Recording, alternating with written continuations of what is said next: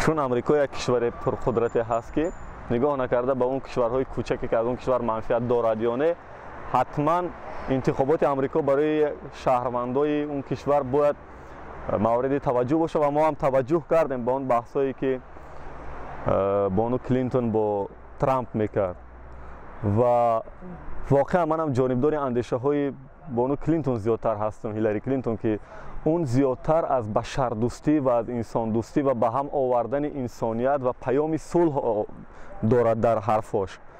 به همین خاطر من بسیار دوست داشتم، بسیار اعتراف کردم پیام هایی که هیلاری کلینتون میرسون در این بحث و مناظره ها.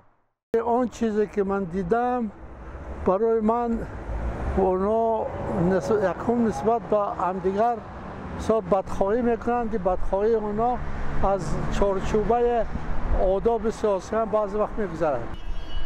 کلینتون با نسبتا همین بعضی خصوصیت های دیپلماتیش برای من از جوانبینی مردم ما موافقتر است نظر بر ترامپ. او خیلی دغل، خیلی آدمی که گفتش و کارش هر خیلی است.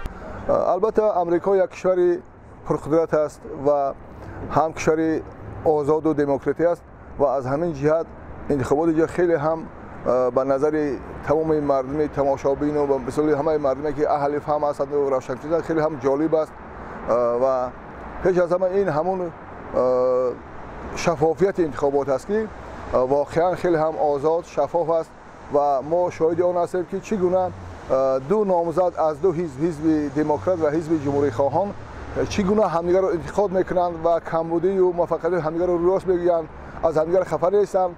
صحبت‌های ترامپ خیلی هم دلگیر کننده، خیلی هم یک احساسی بودند و اون سخنانی که اون کس میگه مثلا برای جامعه این روزه در عصر 20 چندان موافق قبول نیستند.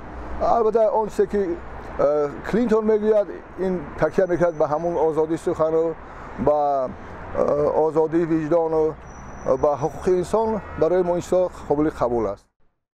فکر میکنم که هیلاری کلینتون با این نامزد خیلی بهتر است، شاید برای اینکه هدفش خوبتر است برای امریکا و شاید من امید داشته باشم که مناسبت امریکا و روسیه بهتر شود و برای زندگی ما هم بهتر شود. این همه اینها دونالد ترامپ رو من نمیپذیرم. از دهن نه اینو نه بایو من یگان گپی نغز نفهمیدم. اینش هفت پشتی بایا کوفته برآورده است، اینش بایا فقط برای همدیگر گپ‌های بد زده استند، همدیگر سیاه کرده استند، یگان گپی نغز نزده استند. خلق امریکا من شخصا جای و یادم میشدم نه همین با نه وای به آواز میدادم. هر دوشم من حساب کردم که لایق نیستند به نامزدی پرزیدنتی.